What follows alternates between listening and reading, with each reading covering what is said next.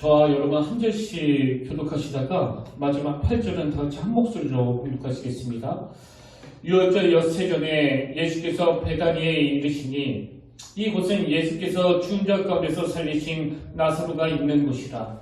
거기서 예수를 위하여 잔치할세 마르다는 일을 하고 나사로는 예수와 함께 앉은 자 중에 있더라. 마리아는 지극히 비싼 향유 곧 순전한 나드 한 근을 가져다가 예수의 발에 붓고 자기 머리털로 그의 발을 닦으니 향유 냄새가 집에 가득하더라. 제자 중 하나로서 예수를 잡아줄 가룟유다가 말하되 이 향유를 어찌하여 300데나리온에 팔아 가난한 자들에게 주지 아니하였느냐 하니. 이렇게 말하는 가난한 자들을 생각함이 아니요 그는 도둑이라 동계를 말고 거기 넣은 것을 훔쳐가리라. 예수께서 이르시되 그를 가만두어 나의 장례할 날을 위하여 그것을 간직하게 하라. 우리 다 같이 읽겠습니다. 가난한 자들은 항상 너희와 함께 있거니와 나는 항상 있지 아니하리라 하시니라. 아멘. 할렐루야. 우리 다 같이 함께 인사 나누기로 원합니다. 참 잘 오셨습니다. 아멘. 오늘 주님의 임재가 이곳에 나타나시기를 진심으로 축복합니다. 살아가다 보면은 머리에 아주 강한 인상으로 남아있는, 특히 마음에 감사로 벅찬 감정을 느낄 때가 있지 않습니까? 저도 목회하면서 그런 감격적인 순간들이 여러 있는데요. 아마 오늘 본문에 기록된 이 사건이 예수님에게 있어서 바로 그런 사건이지 않을까, 저는 그렇게 생각을 해봅니다. 자, 예수님 머리에 강하게 남은 사건이 3절에 나오는데요. 마리아는 지극히 비싼 향유 곧 순전한 나드 한 근을 가져다가 예수의 발에 붓고 자기 머리털로 그의 발을 닦으니 향유 냄새가 집에 가득하더라.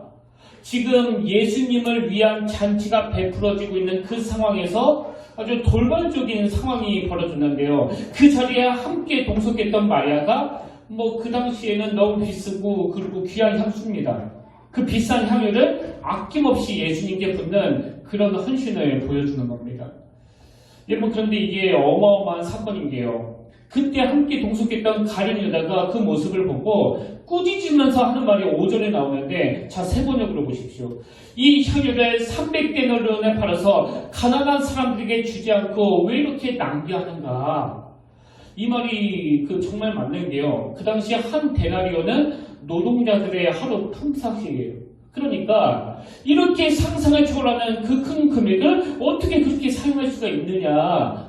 이건 누가 들어도, 만약에 제가 그 자리에 있었어도 이 가룟유다처럼 생각했을 것 같아요. 평소에는 그렇게 얄밉지만 오늘은 정말 바른 말 하네, 그랬을 것 같아요. 이게 상식적으로 당연한 거 아닙니까?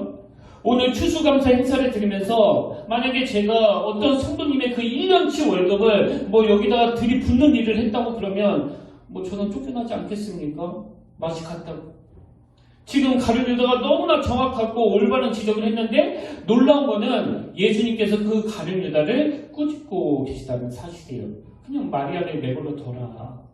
근데 왜 이런 말씀을 하시는가 하니까 7절에 예수께서 이르시되 그를 가만두어 나의 장례할 날을 위하여 그것을 간직하게 하라. 이게 겉보기에는 낭비인 것 같지만 네가 모르는 게 있다. 네가 알지 못하는 여기에 깊은 영적인 의미가 담겨져 있다.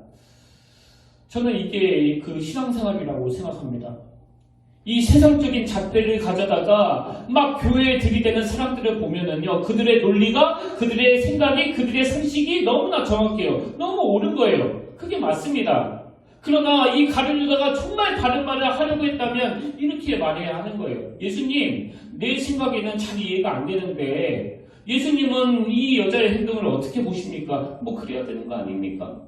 근데 이렇게 가룟유다처럼 확신을 가지고 그 꾸짖는 사람들이 너무나 많은 게 오늘날의 교회라는 거예요. 사실 이게 오늘 교회를 너무 힘들게 만드는 거거든요.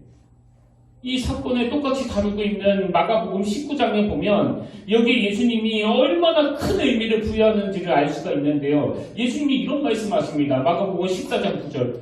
내가 진실로 너희에게 이르노니 온 천하에 어디서든지 복음이 전파되는 곳에는 이 여자가 행한 일도 말하여 그를 기억하리라 하시니라.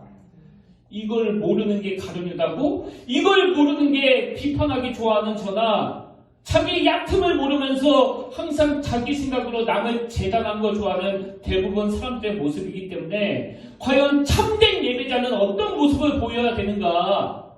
제가 지금 이 마리아의 행동에 대해서 예수님께서 의미 부여하시는 걸 보면서 세상 깨닫게 되는 게 뭐냐? 예배는 내 만족을 위해서 드리는 게 아니라는 거예요. 그래서 오늘 설교가 내 마음에 들면 좋은 예배고 내 마음에 안 들면 이건 시시한 예배고 그건 예배를 전혀 모르시는 분이에요. 지금 가룟 유다가 그 여인을 보고 얼마나 흡족하냐 얼마나 만족하냐 이게 중요한 게 아니거든요. 이 잔치는 예수님을 위한 잔치예요. 예수님을 위한 예배입니다. 그러면 이 예수님이 기쁘셔야 되고 예수님이 흡족하셔야 되는데 지금 가룟 유다는 자기 기준으로 자기에게 흡족한 것으로 그 기준을 삼는데 오늘 이 땅에서 드려지는 너무나 많은 예배가 이런 식으로 드려지고 있고 인간의 머리로 계산하는 그곳에서는요 온전한 예배가 드려지기 어렵다는 사실이에요. 어떤 의미에서 여러분이 막 흡족하셔가지고 오늘 예배 정말 대박이야 이런다 할지라도 그 예배를 하나님이 받으시는 예배라고 장담할 수 없다는 겁니다. 그래서 여러분 이 예배가 그 영어로 서비스 아닙니까? 서비스. 근데 이걸 무슨 자기를 위한 서비스로 오해하시는데요. 이건 주님께 드려지는 서비스예요. 내가 오늘 얼마나 기분이 좋은지 내 마음이 얼마나 오늘 흡족한지 그거 아닙니다. 그래서 이따가 제가 결론으로도 말씀드리겠지만요. 그렇게 마리아가 옥합을 깨뜨렸더니 예수님이 그 모든 옥합 내 거야! 그러면서 막 이 향기를 가둬주는 분이 아니세요. 그래서 오늘 설교 제목 자체가 너무 멋지잖아요. 향유 냄새가 집에 가득하더라. 성경 말씀에서 그대로 따왔습니다. 예수님께서 흡족히 받으시는 그 예배의 열매를 우리에게도 나눠주셔서 그래서 우리도 기쁜 거지 내가 기쁜 게 예배가 아니에요. 내가 기쁜 게 이런 점에서 저는 오늘 본문이 너무나 많은 여러 가지 중요한 의미를 담고 있다고 생각하는데요. 그 중에서 저는 이 예배와 관련해서 중요한 포인트 하나를 발견합니다. 오늘 본문에서는 지금 잔치가 어디서 벌어졌는지를 명시하지 않고 있는데요. 같은 내용을 다루고 있는 마가복음 14장에 보면 그 구체적인 장소가 나옵니다. 자, 마가복음 14장 3절을 보십시오. 예수께서 배단이 나병 환자 시몬의 집에서 식사하실 때에 지금 잔치가 벌어진 곳이 어디예요? 나병 환자 시몬의 집이에요. 성전이 아닙니다. 그러니까 오늘 본문은 어떤 예배하기 위한 특별한 장소 또 거룩한 곳 이게 아니고요. 그냥 어느 가정집이에요. 그리고 그 자리에 같이 참여한 사람들은 막 대단한 그 종교 지도자들이 아니고요. 그냥 옆집 아저씨, 옆집 아줌마, 평범한 동네 사람들이에요. 제가 왜 여기에다 관심을 두는 거 하냐면요. 오늘 본문 바로 몇 구절 앞에 보면 너무나 대조적인 상황이 나오는데 자 요한복음 11장 56절을 보십시오. 그들이 예수를 찾으며 성전에 서서 여긴 나병 환자 시몬의 집이 아니고요. 성전이에요. 성전에 서서 서로 말하되 너희 성격에는 어떠하냐 그가 명절에 오지 아니하겠느냐 하니 이는 대제사장들과 바리새인들이 누구든지 예수 있는 곳을 알거든 신고하여 잡게 하라 명령하였음이로라. 이게 지금 어떤 상황인지 아시겠죠? 장소가 성전이에요. 거룩한 성전입니다. 그리고 거기에 등장하는 인물은 놀랍게도 그 당시 대표적인 종교 지도자, 이 대사장들과 바리새인들이에요. 근데 그 거룩한 곳에서 그 거룩한 위치에 있는 사람들은 예수를 잡는 걸 의논하고 있고요. 여기에 반해서 오늘 본문에서는 너무나 평이한 우리로 치면 집사 직분을 받았을까요? 아니면 권사님이실까요? 너무나 평범한 사람들이 나병 환자 시몬의 집에 모인 거예요. 근데 그곳에서는 예수님의 머리에 각인이 될 만큼 가슴 벅찬 감격이 벌어지고 있더라는 겁니다. 그래서 여러분 제가 계속 강조하지만 예배는요 어떤 장소의 문제가 아니에요. 지금 코로나19가 결단코 우리를 어떻게 할 수 없는 것은 코로나19가 우리를 집에다 묶어다 놓으면 그 집이 예배 처소가 되는 거거든요. 제가 이 설교를 준비하다가 오래전에 들었던 이야기가 떠올라져서 참 가슴이 뜨거워졌는데 어느 여성도님 이야기예요. 이 성도님은 자녀가 3명에다가 그 시부모님까지 모시고 사는 대가족인데요. 그 사는 집이 13평입니다. 저도 그런 곳에서 살아봤기 때문에 어떤 상황인지 너무 잘 알아요. 뭐 조그마한 방 2개에다가 화장실, 부엌 그게 다예요. 뭐 거실도 없습니다. 그러니 이 대식구가 살게 뭐 얼마나 협소하겠습니까? 이 성도님이 너무나 말씀을 묵상하고 싶은데 할 곳이 없는 거예요. 그래서 이분은 시간을 정해 화장실로 가는 겁니다. 화장실에 들어가서 그 오랜 시간을 뭐 변기뚜껑 위에서 앉아서 했는지 어쩐지는 모르겠지만 그 탁하고 습하고 공기 안 통하는 그 화장실을 정기적으로 하나님께 기도하고 묵상하는 공간으로 쓰고 있다는 그 이야기를 저는 큐티 시간에 간증으로 들었거든요. 여러분 다시 말씀드려요. 예배는 장소가 아닙니다. 저희 교회가 뭐 사람이 많고 적고 교회가 크고 작고 또 음향이 웅장하고 안 하고 이런 것하고는 상관없이 어느 곳에서 예배 드리든지 간에 하나님의 만져주심과 위로하심을 경험하는 거, 이게 바로 예배인 줄로 믿습니다. 이게 제가 오늘 본문에서 발견한 그 첫 번째 포인트고요. 그런가 하면 저는 오늘 본문에서 이 예배자가 가져야 될 너무나 중요한 한 가지 포인트를 더 발견하는데, 그게 뭐냐? 오늘 본문에서는요, 이 사랑의 하모니와 불협화음, 이 두 구두로 오늘 본문이 묵상이 되는 겁니다.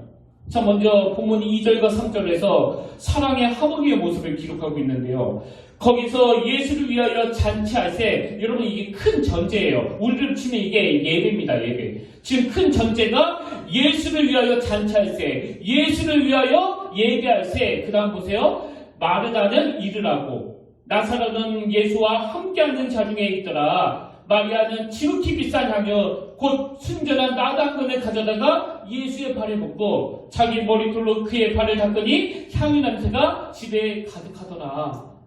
지금 마르다는 뭔 일을 하고 있고, 또 나사로는 어떻게 하고, 또 마리아는 어떻게 하고, 그리고 여기에 나와 있지 않지만 나병 환자 시몬은 자기의 집을 제공하고 있는데, 이게 뭘 강조하는 걸까요? 예배가 뭡니까? 하나님께 각자 드릴 수 있는 거, 각자 잘할 수 있는 거. 그래서 여기 보면 나사로 같은 경우는 뭐 아무 일도 안 해요. 그냥 예수와 함께 앉은 자 중에 있더라. 이게 예배라는 거예요. 근데 마리아가 그 오빠의 모습을 보고 막 불평이 나와가지고, 나는 지금 옥합을 깨트리고 있는데 우리 오빠는 지금 뭐하고 있느냐고. 마르다도 나는 지금 주님을 위해서 이렇게 열심히 일을 하고 있는데 오빠는 한 게 뭐냐고. 그게 일 많이 하고 있는 사람들이 가진 그 치명적인 문제예요. 앉아서 아무것도 안 해도 나사로가 예수와 함께 앉는 자 중에 있어도 그게 주님이 받으시는 예배라는 겁니다. 그래서 저는 이 본문의 모습이 너무나 아름다운 게요. 지금 전제가 거기서 예수를 위하여 잔치할 때인데 이 사람은 자기가 좋아하는 이걸로 하고 저 사람은 자기가 좋아하는 저걸로 섬기고 또 이 사람은 앉아서 말씀을 듣고 어떤 사람은 자기의 집을 제공하는 이 사랑의 하모니. 여러분 구약 출애굽기 17장 8절에 보면은요. 그때 아멜렉이 와서 이스라엘과 르브든에서 싸우니라. 지금 막 그 전쟁이 벌어지고 있는데요. 자 10절부터 나오는 이 아름다운 하모니를 보십시오. 여호수아가 모세의 말대로 행하여 아멜렉과 싸우고 모세와 아론과 산꼭대기에 올라가서 그 다음 11절 모세가 손을 대면 이스라엘이 이기고 손을 내리면 아멜렉이 이기더니 모세의 팔이 피곤함에 그들이 돌을 가져다가 모세의 아래에 놓아 그가 그 위에 앉게 하고 아론과 훌이 한 사람은 이쪽에서 한 사람은 저쪽에서 모세의 손을 붙들어 올렸더니 그 손이 해가 지도록 내려오지 아니한지라. 저는 이 장면이요 마음 저리도록 아름다워요. 젊은 여호수아는 주어진 그 힘을 가지고 최선을 다해서 그 적과 싸우고 있고 지도자 모세는 그 광경을 내려다보면 그 하나님을 향해서 이 전쟁은 영적인 전쟁, 하나님이 일하시는 전쟁이라고 그렇게 손을 들고 이 여호수아를 응원하고 있고 참 연약한 지도자를 섬기고 있는 이 아론과 훌은 모세가 팔이 내려오는 걸 막 비난하거나 추궁거리지 않고 그 모세의 손을 붙잡아주면서 서로 협력하는 모습. 이 모습이 너무 아름다워서 이게 저에게도 그 도전이 되는 겁니다. 물론 지금도 우리 교회 모든 성도님들이 그렇게 하시지만 하나님 우리 교회가 서로 협력하면서 부족한 부분을 채워주는 그런 교회가 되기를 원합니다. 사실 여러분 그 영적인 전쟁을 치르기 위해 이 손드는 것에 비하면요, 그냥 옆에서 이 손 받쳐주는 이건 뭐 너무나 쉬운 일 아닙니까? 근데 이 일이 상징적으로 영적인 전쟁을 이기게 만드는 도구가 되었다는 사실이에요. 그래서 저는 전도서 4장 9절부터 12절, 두 사람이 한 사람보다 나음은 그들이 수고함으로 좋은 상을 얻을 것입니다. 혹시 그들이 넘어지면 하나가 그 동물을 붙들어 일으키려니와 홀로 있어 넘어지고 붙들어 일으킬 자가 없는 자에게는 화가 있으리라. 또 두 사람이 함께 누우면 따뜻하거니와 한 사람이면 어찌 따뜻하냐. 이 말씀의 결론을 보세요. 12절, 한 사람이면 패하겠거니와 두 사람이면 맞설 수 있나니 새 겹줄은 쉽게 끊어지지 아니하느니라. 이런 의미에서 저는 정말 우리 평택교회 성도님들이요, 마이너스 1보다는 플러스 1이 됐으면 좋겠습니다. 그 플러스 1 생각을 하는 사람하고 마이너스 1 생각을 하는 사람하고 만나면 그 맨날 싸우잖아요. 그래서 플러스 1의 열심과 그 마이너스 1의 열심이 만나면 항상 제로예요. 뭐 진도가 안 나갑니다. 근데 누가 하나님 앞에서 참된 예배자가 될 수 있느냐? 이 사랑의 하모니를 이루는 사람이에요. 내 방식이 옳다라는 것을 고집하지 않는 그 사람입니다. 이런 면에서 저는 이렇게 아름다운 사랑의 하모니가 이루어지는 그 상황에서 너무나 어울리지 않는 이 불협화음을 일으키는 한 인물이 눈에 확 들어오는데요. 그게 바로 예수님을 팔아버린 이 가룟유다예요. 자, 4절 5절에 가룟유다가 나옵니다. 제자 중 하나로서 예수를 잡아줄 가룟유다가 말하되 이 향유를 어찌하여 300데나리온에 팔아 가난한 자들에게 주지 아니하였느냐 하니, 제가 이 본문을 막 분석해 보니까요, 가룟유다가 불협화음을 일으킨 원인이 딱 두 가지로 분석이 되는 겁니다. 그럼 가룟유다가 불협화음을 일으킨 원인이 이 두 가지 중에 그 첫째가 뭐냐? 자기 생각과 다른 것을 용납하지 않는 태도예요. 저는 이 본문이 우리 크리스찬들에게 주는 메시지가 아주 크다고 보는데요. 뭐 계속 강조하지만 상식적으로 보면 이 가룟유다의 분석이 너무나 옳습니다. 그리고 아마 이 가룟유다는요, 그날 집에 가서 자다가 일어나고 자다가 일어나도 예수님이 틀렸다고, 내 생각이 옳았다고 그렇게 생각했을 거예요. 그래서 여러분, 이 문제가 정말 그 신앙의 문제라는 것을 아셔야 돼요. 우리가 하나님이 아니기 때문에 아무리 자다가 생각하고 1년 365일을 생각해도 내 생각이 확실히 옳다라는 그게 틀릴 수 있다는 거, 이걸 깨닫는 게 신앙이에요. 그 부부싸움 할 때도 내가 말이야 곰곰이 생각해 봤는데 당신이 틀린 이유를 찾았다고 그러면서 막 싸우는 거 아닙니까? 근데 남편이 그 아내가 모르고 있는 게 뭐예요? 곰곰이 생각해서 알아낸 그 자신의 옳음이 틀릴 수도 있다는 거. 이게 가룟유다를 통해서 우리가 진짜 반면교사 삼아야 되는 교훈이라는 겁니다. 그리고 하면 두 번째로 이 가룟유다가 불협화음을 일으킨 원인이 하나 더 있는데요. 그건 겉과 속이 다른 태도예요. 이 겉과 속이 다른 태도는요, 반드시 불협화음을 가져옵니다. 즉 가룟유다는 겉으로는 모든 사람들이 동의할 수밖에 없는 그 거룩한 명분을 가지고 있는데 성경은 정확하게 그 내면을 분석하고 있는 거 아닙니까? 6절, 이렇게 말함은 가난한 자들을 생각함이 아니오. 오늘 교회가 슬픈 건요, 그 커튼이 너무나 많다는 거예요. 그래서 저는 그 철학이 하나 있습니다. 이게 좀 그 부작용이 있긴 한데요. 저는 누구를 상대하든지 간에 항상 그 직설화법을 쓰는 거예요. 뭐 돌려서 이야기 안 합니다. 왜? 그렇게 말하면 자꾸 못 알아들으니까. 그래서 저는 때로는 상대방에게 그런 상처를 줄 때도 있지만요. 그런데도 불구하고 제가 이 직설화법을 쓰는 이유가 있습니다. 왜 그럴까요? 사단은 이 애매한 말들 속에서 상대방을 자꾸 오해하게 만드는 거예요. 저 말이 지금 무슨 뜻이지? 또 저 행동은 뭘 의미하지? 그리고 많은 분들이 이 겉과 속이 다른 태도를 그 체면이라고 생각하시는데요. 아닙니다. 그건 사단의 밥이에요. 최근에 지방 목회자 모임을 제가 다녀온 적이 있는데요. 거기서 어느 목사님이 저에게 아주 그 충격적인 말을 해가지고 저 깜짝 놀랐습니다. 이 말이 저에게 너무나 충격이 돼가지고 제가 좀 진정이 되는 데까지 시간이 걸렸는데요. 이 목사님이 무슨 말씀을 하시는가 하니까 한 1년 전에 우리 교회에서 그 성도님들에게 그 하나님의 마음을 좀 담아서 그 재난지원금을 드리지 않았습니까? 근데 그 일을 하게 된 계기는요, 아시다시피 그 매스컴을 통해서 알게 된 그 시합교회 때문인데요.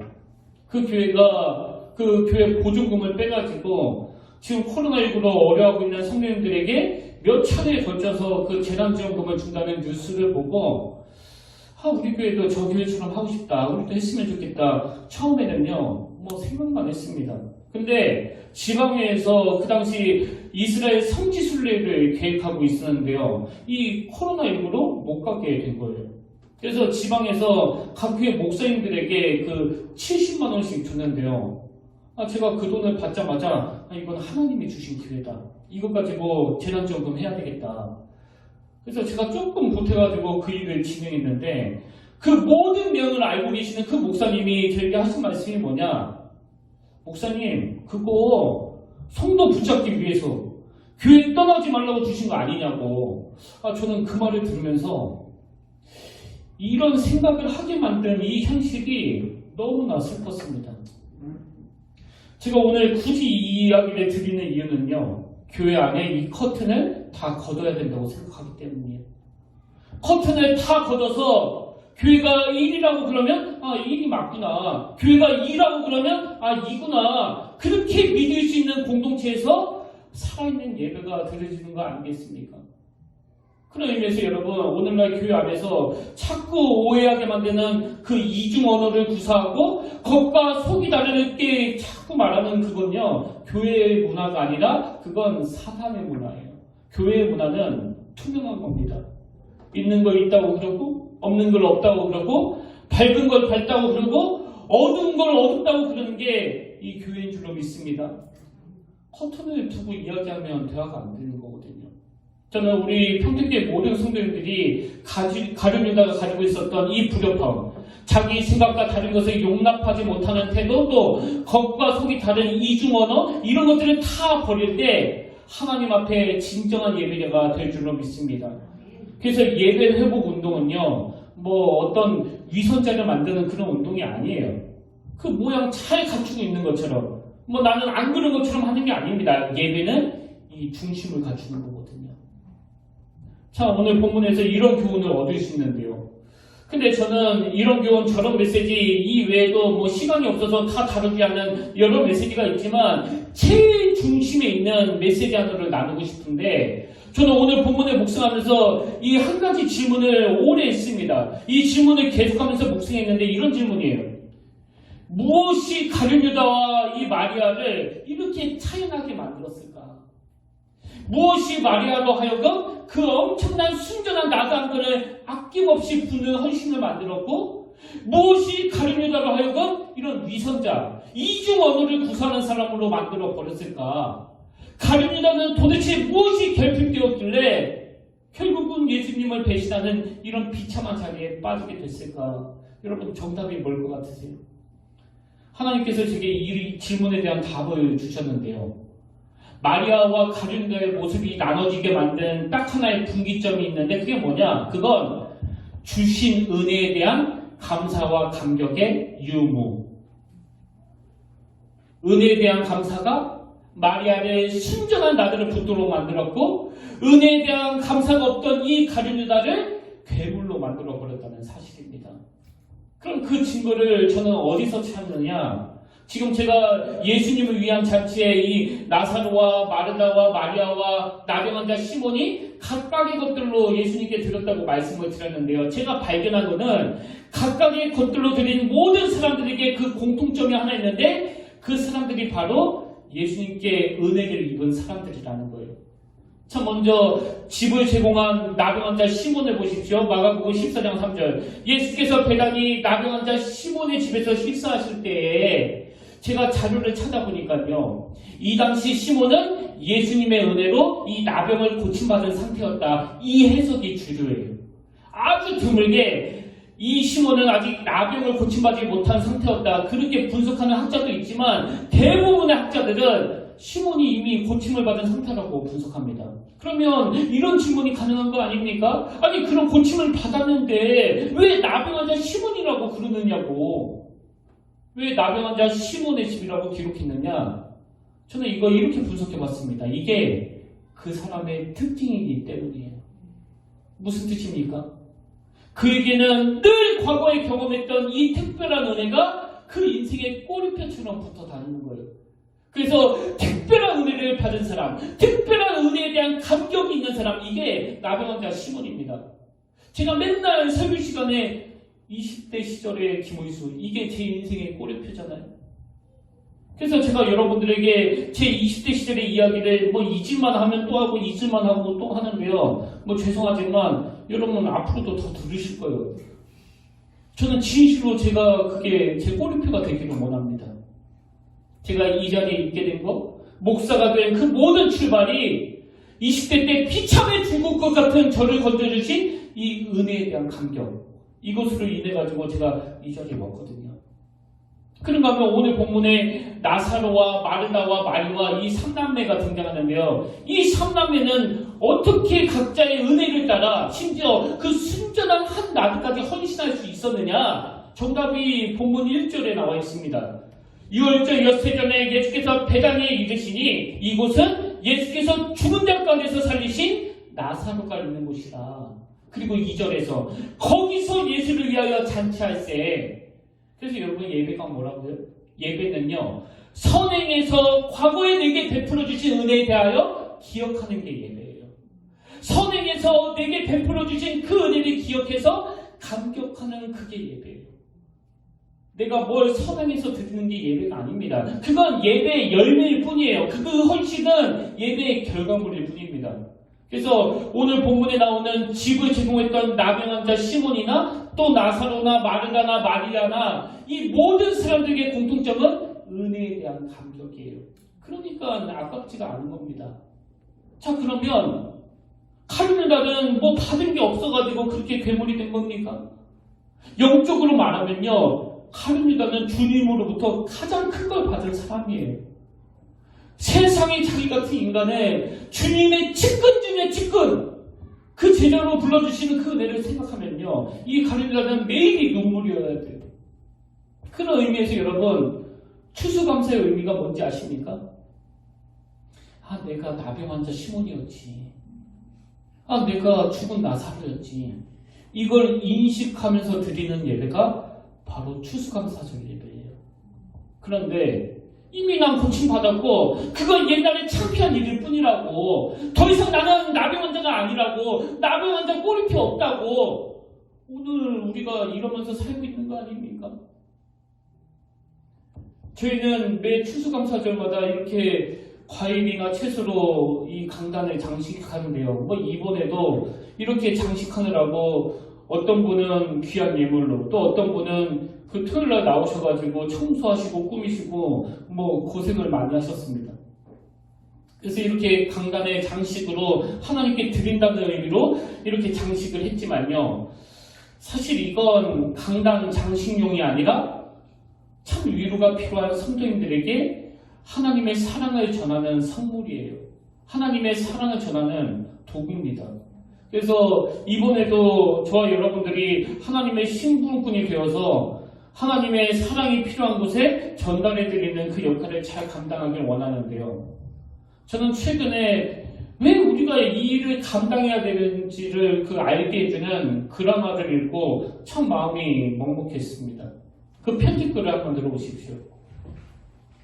2013년 가을 시험관 시술로 임신했던 아내가 유산을 하고 너무나 힘든 시기를 보내면서 주님께 받았던 큰 위로가 아직도 기억이 생생합니다.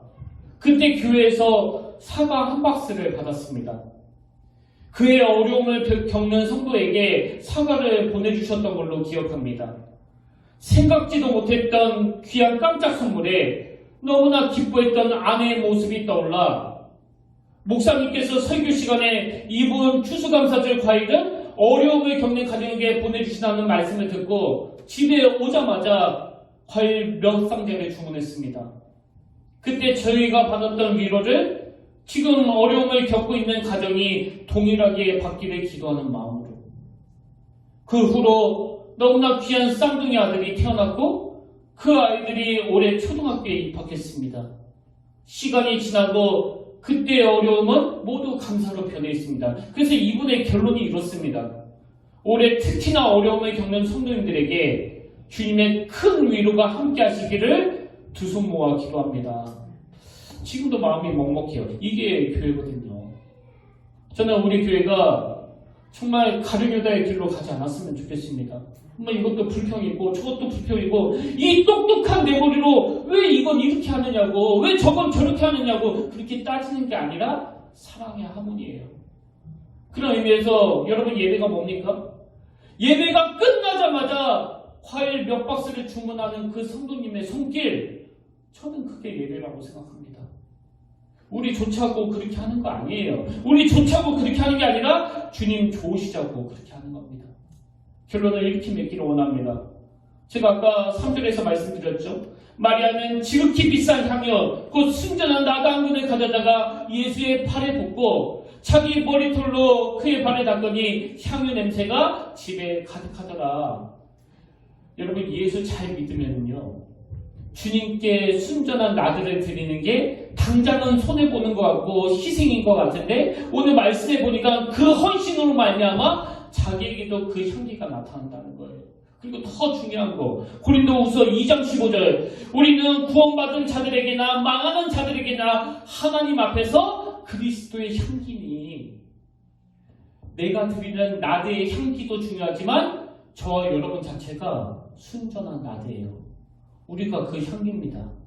그럼 우리가 어떻게 그 향기가 될 수 있느냐? 에베소서 2장 5절, 그리스도께서 너희를 사랑하신 것 같이 너희도 사랑 가운데서 행하라. 그는 우리를 위하여 자신을 버리사 향기로운 제물과 희생 제물로 하나님께 드리셨느니라. 아멘.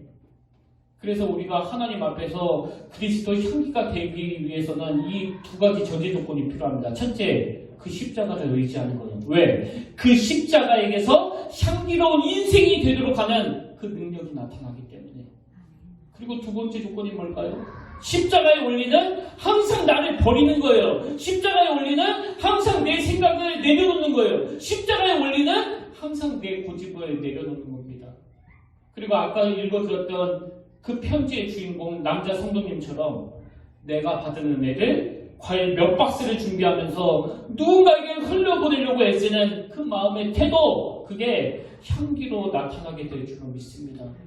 그리고 오늘 추수감사주일 하나님 앞에서 순전한 나드가 되는, 하나님 앞에서 그리스도의 향기가 되는 저와 여러분이 되시기를 주님 이름으로 간절히 축원합니다. 오늘 말씀을 기억하시면서 우리 함께 이 찬양을 불러보길 원하는데요. 내게 있는 향기 옥합 주께 가져와 그 발 위에 입맞추고 깨뜨립니다. 그 순전한 나들을 들었더니 마리아처럼 그동안 내게 베풀어 주신 그 은혜를 생각하며 우리 결단하면서 이 찬양 함께 불러보기를 원합니다.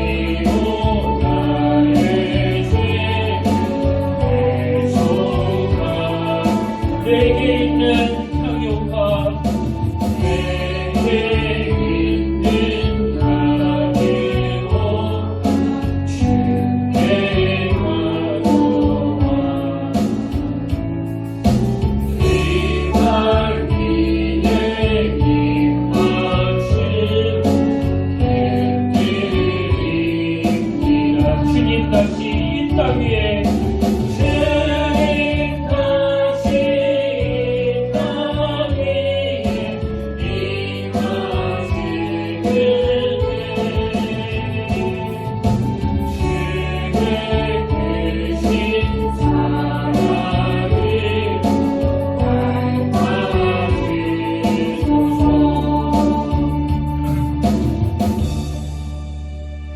우리여서 오늘 말씀은 다 녹아있는 찬양이 있는데요. 너는 그리스도의 향기라. 우리 서로를 축복하면서 함께 찬양합니다.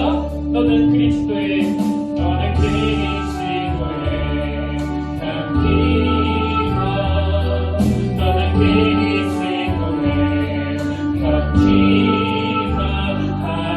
하나님 앞에서 그리스도의 향기 너를 통해 생명이 흘러가니 너를 통해 생명이 너는 그리스도의 향기라. 너는 그리스도의 향기라. 너는 그리스도의 향기라. 하나님 앞에서 그리스도의 향기 너를 통해 사랑이 흘러가니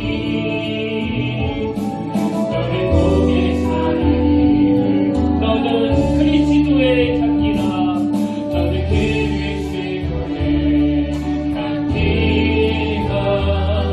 너는 그리스도의 향기라. 하나님 앞에서 그리스도의 향기 너를 통해 기쁨이 흘러가니 너를 통해 기쁨이 흘러가니 아멘. 하나님 아버지, 지금 많은 성도님들이 영상으로 추수감사절 예배를 드리면서 마음에 참 어려움이 많은데 오늘 주님께서는 대제사장, 그 대단한 사람들이 성전에 모여서 드리는 게 예배가 아니라 은혜를 아는 나병환자 시므온의 집에서 드리는 그 잔치가 예배라고 말씀해 주시고 또 위로해 주시니 감사드립니다. 하나님, 오늘 코로나19로 교회에 나오지 못하고 가정에서 영상으로 예배드리는 그 현장이 나병환자 시므온의 집이 되게 하여 주시고 너무나 힘들고 어려운 시대에 우리의 존재 자체가 그리스도의 향기가 되게 하여 주시옵소서. 오늘 우리가 말씀을 통해서 그 가리려다가 가졌던 계산 빠르고 계획 잘하고 머리 잘 돌아가는 그것으로 향기가 되는 것이 아니라 나를 내려놓고 내가 희생하고 내가 죽고 내가 십자가 앞으로 나갈 때에 드디어 영육간에 나 자신이 그리스도의 향기가 된다는 이 원리를 깨닫습니다. 오늘 추수감사주에 그 땀의 결정체, 수고의 결정체, 눈물의 결정체, 작은 헌금을 하나님께 드릴 때에 비록 하나님 앞에서 크지 않는 그 헌금이지만 하나님은 이것을 500데나리온 순전한 낙으로 받으시는 줄 믿사오니 우리가 드리는 이 헌금이 이 교회와 이 시대를 더욱 향기롭게 만드는 그런 재료가 되도록 인도하여 주시고 하나님 마음껏 드리고 싶지만 그렇게 할 수 없는 성도님들에게 이 한 말씀만 들려주시기를 원합니다. 이미 다 받았다. 걱정하지 말아라. 이 하나님의 위로하심이 있는 그런 추수감사절 예배가 되게 하여 주시옵소서.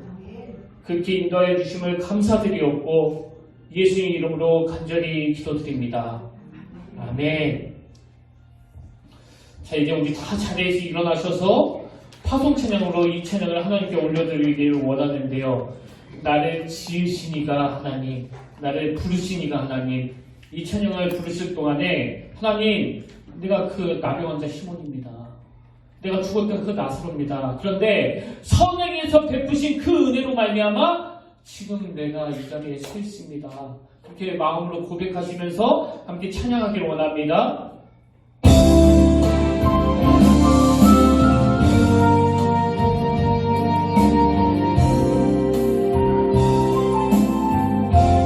나를 지으시니가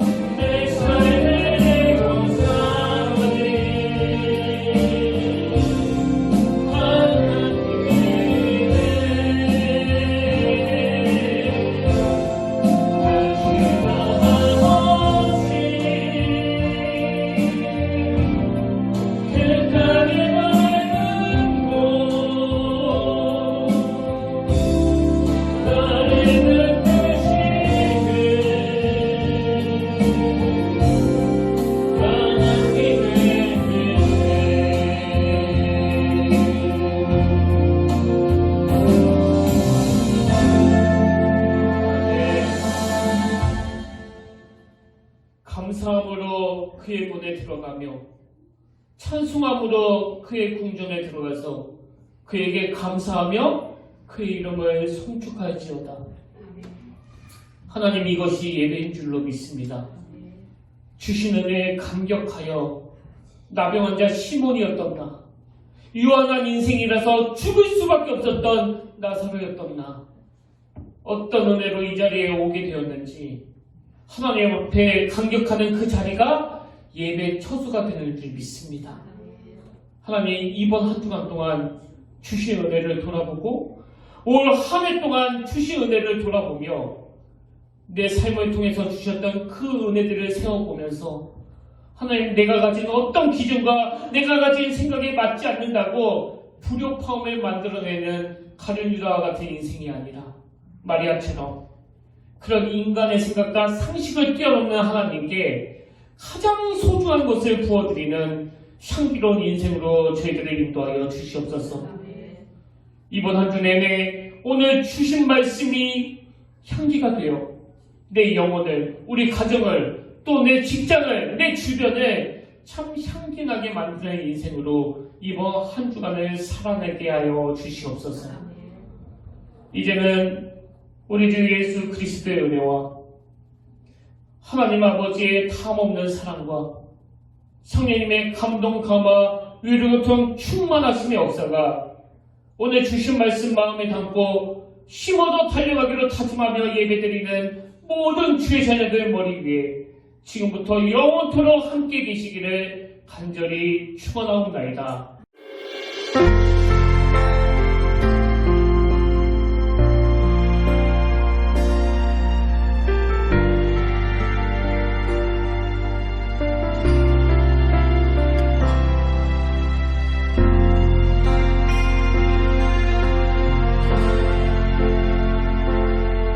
지금 서 있는 이곳에서 높임을 받으소서. 내가 밟는 땅